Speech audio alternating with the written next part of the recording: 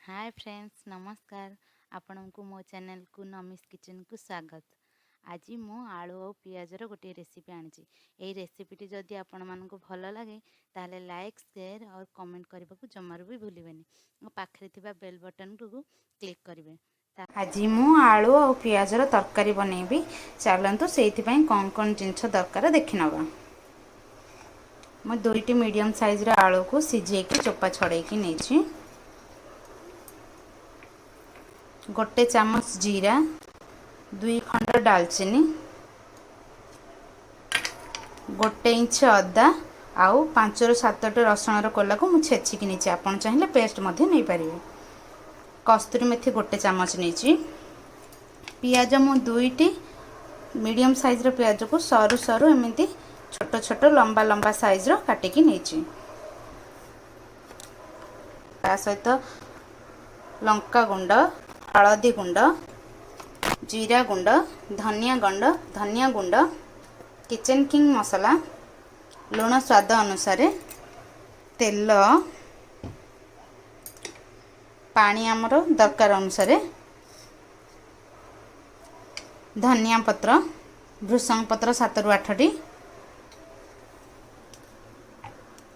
गोटे छोट पियाज और गोटे मीडियम साइज टमाटो और गोटे कंचा लंकार पेस्ट। एतिकी जिनस दरकार। कड़ाई गरम हो आसला पर तेल पकई मु 2 चामच तेल पकई।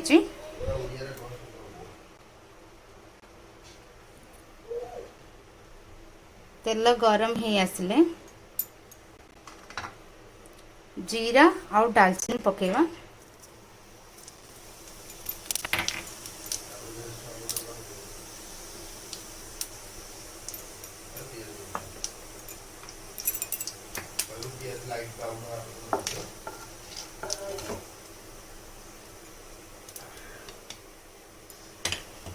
एबे आमे भृषंग पत्र पकेवा।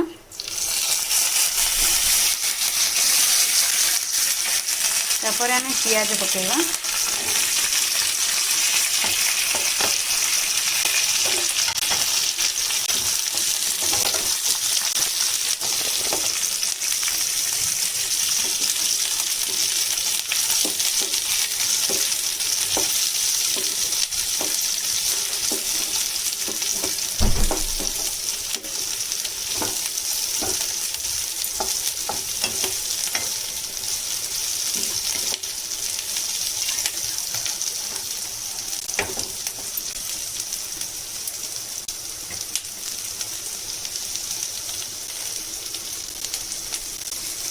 पियाज भाजी हेबा पर्यंत ब्राउन कलर हेबा पर्यंत आमे ताको भाजीबा।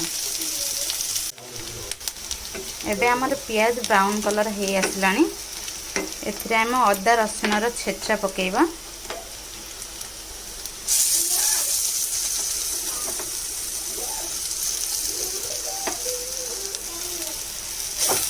अदा रसुण रो कंचा स्मेल जिबा पर्यंत आमे ताको भाजीबा।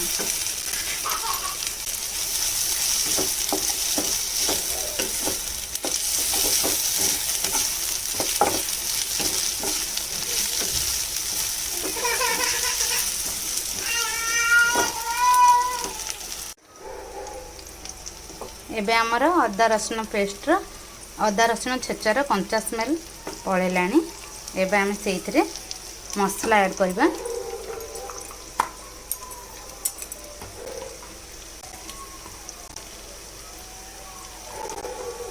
हलदी गुंड गोटे चामच,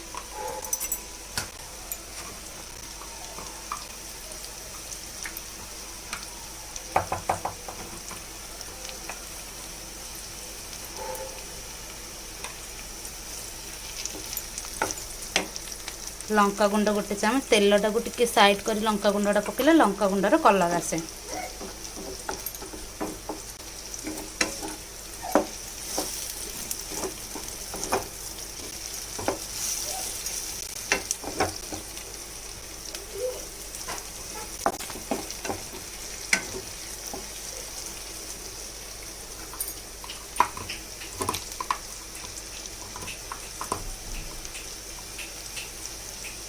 जीरा गुंड गोटे चामच,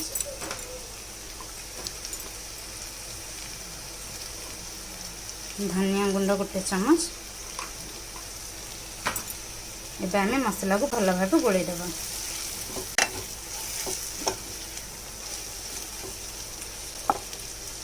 कसी हे आसिले टमाटो पेस्ट एबे आमे टमाटर पेस्ट पकेबा।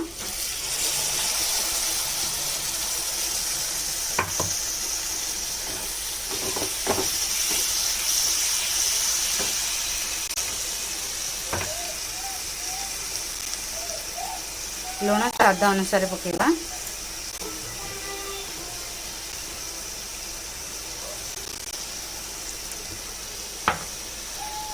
मसला को कसी हेबा पई छाड़ी देबा।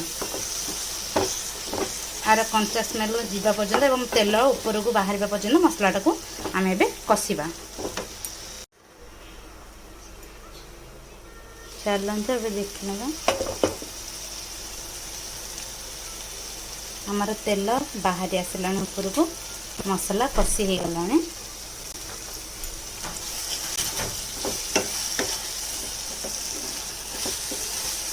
देखंतु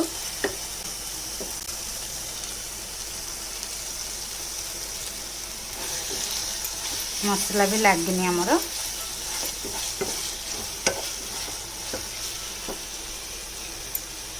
एबे हम इथे आलू पकेबा। मुझको मेस कर हाथ में चकटिला भाया पकाउछि।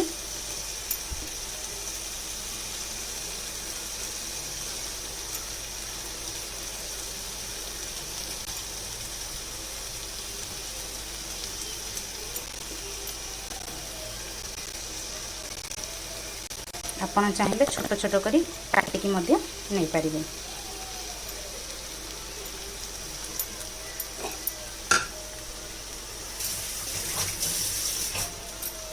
एबे आमे आलू को मसला सहित कसी देबा।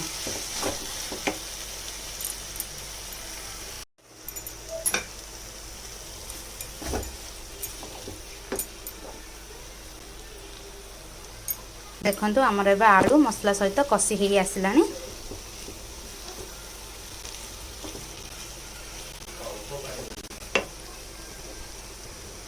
तापर हमें पानी देबा। आपन को जेतिकी झोल दरकार आपन सेई अनुसार पानी दे पारिबे।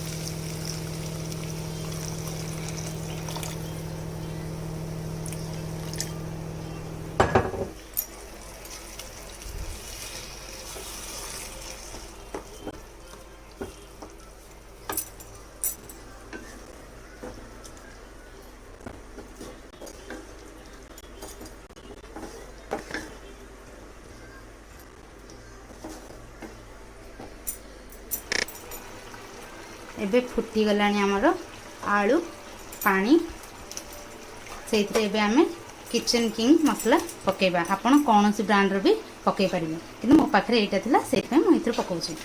1 चामच पकेबे।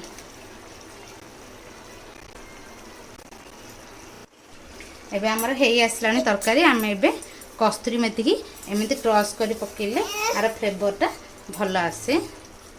तरकारी हमर हेई गला। एबे आमे ताको ठीक से गोळे की गैस बंद कर देबा।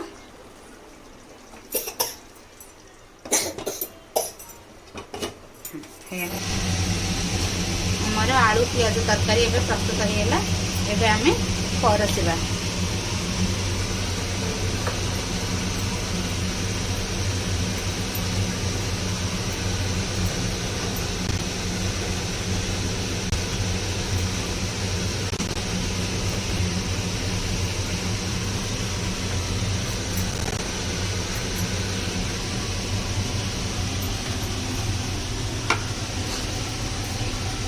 आमे गार्निशिंग करवा।